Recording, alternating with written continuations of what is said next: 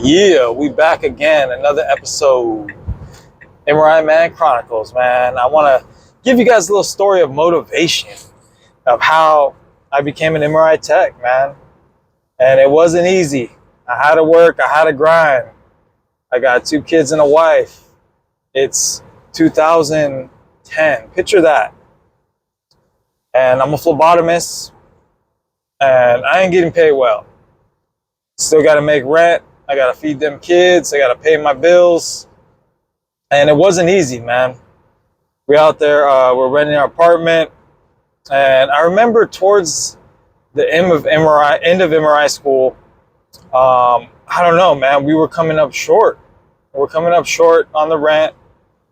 And I was paying the rent late. And finally, whatever, the owner of the building was like, all right, you guys got to go. We're getting evicted. I'm graduating MRI school. I'm hustling, man. I'm telling you, I'm a phlebotomist, but I also drove Uber. I did Amazon. I was delivering packages. I did Postmates. I was doing all these hustles, man. And at that time, I actually had another side hustle, vinyl wrapping cars. That's a whole nother story, man. So I'm out there rapping like the rents do, grinding like the rents do, because it is. And we trying to make it out here. And, I was tripping, man. I was tripping. I'm like, well, I graduated. I couldn't really find a job. Looking around, and like months have passed, and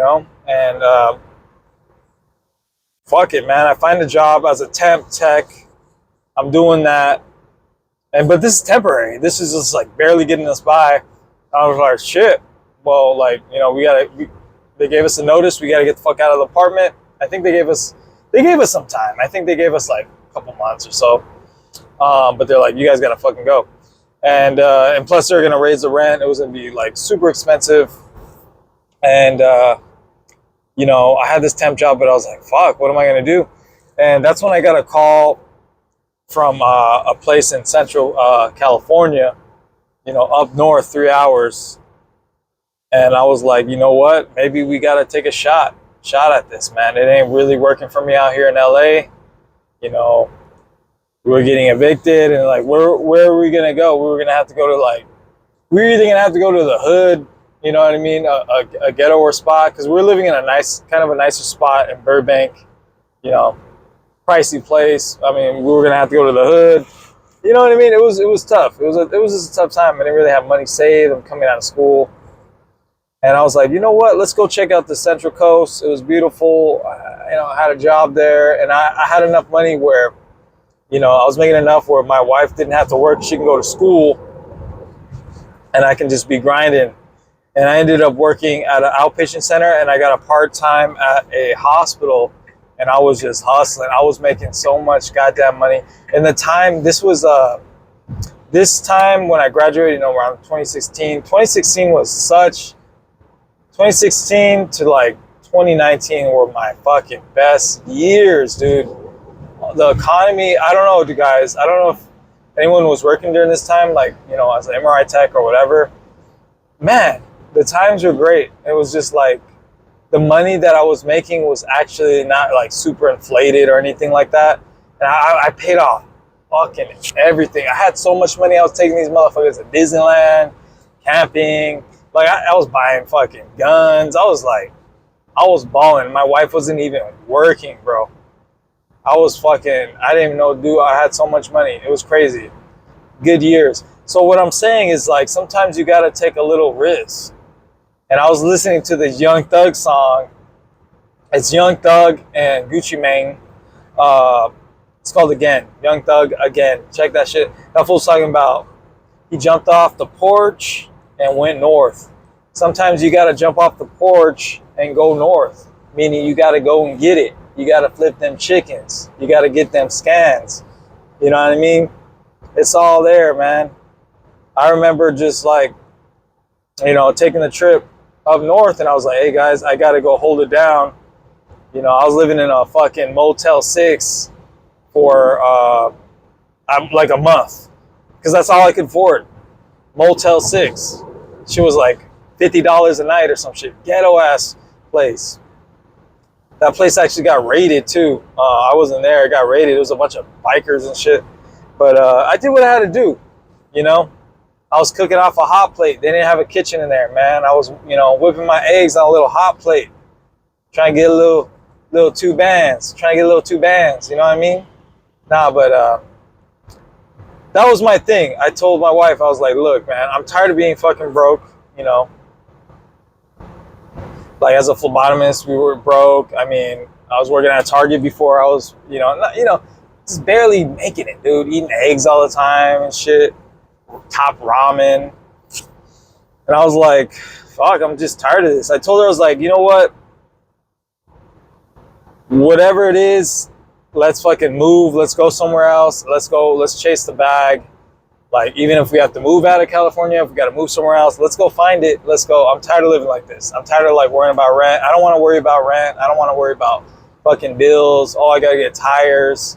Oh, you know what? I'm tired of living like that. Who the fuck wants to live like that? And, it was difficult to leave LA. You know, LA is my home and I love it. And it's like, I got family there, but it's like at the same time, I got two little kids. And I want to live a life, you know. I want to drive a Tesla, you know what I mean. I want to live in a house. I want to pay rent and not even think about it, and pay all these bills and be like whatever. So that's all I gotta say, man. Times are gonna get tough, man, for some of you, especially you guys. You don't really have the rich family or the family that can toss you money like that. It could be tough, My family, not rich, they weren't able to help me with stuff like that, but they would help me watch my kids, and that's very valuable because childcare is very expensive. So they were there supporting me in that way, and I do not ever expect them to give me money, and we got to get it ourselves out here, and that's just how it is. And I was able to grind hard and let my wife just go to school. She didn't have to worry about work, and because, dude, it was so hard for me. I'm doing all these hustles. I'm Ubering. I'm working full time as a phlebotomist. I'm going to school. I thought I was gonna fucking have some serious health problems because I wasn't really able to work out. I was eating bad. And I just kept grinding, I kept telling myself, like, as I'm, taking a nap in my fucking Nissan Sentra, you know what I mean? In between breaks and shit, staying up from 7 to midnight every day, waking up at fucking whatever, 6 a.m., just grinding. I was like, I told myself, I was like, this is what it is. I was like, either way, I'm going to be awake. Might as well be going on the trail to get that paper, because I kept telling myself, well, what would I be doing if I'm not going to school? What if I'm not hustling? I'll be at home chilling, not doing nothing. So I was like, look, this is temporary. Put the work in. I just kept telling myself, this is temporary. Even like when I was working at like Target and stuff like that, I was like, this is temporary.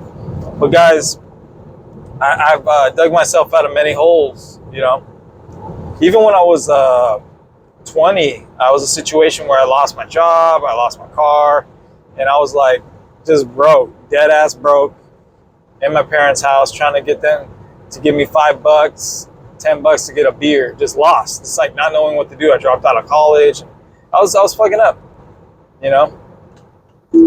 But I you go through that depression, and then you gotta, be like, all right, I'm gonna go get a job. And then the words that stuck to me, my dad's like, this fool had to drop me off at Target. I didn't have a car for a while.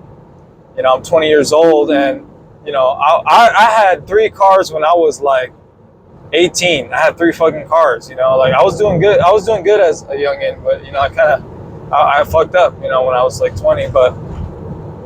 My dad dropped me off at Target. I was like, damn, dude, I never had to get rides like that. I always had a car since I was 16. I had a job at 16 as well. And my dad would tell me to drop me off to Target. And he was like, this is temporary, man. It's temporary. you're here, but this is not you, you know. And I did that, and I found my way in the medical field, and I always knew this is temporary. It's temporary. You know what I mean? Just keep that in your head. When you're doing a job you don't like, it's temporary. You know what I mean? Like, I ain't gonna be here forever. Just tell yourself that and do the best job you can. But, you know, that's all I gotta say, man. I'm here now. You know, we doing good, and I still got ambitions. But yeah, guys, that's all I have today. We out. Peace.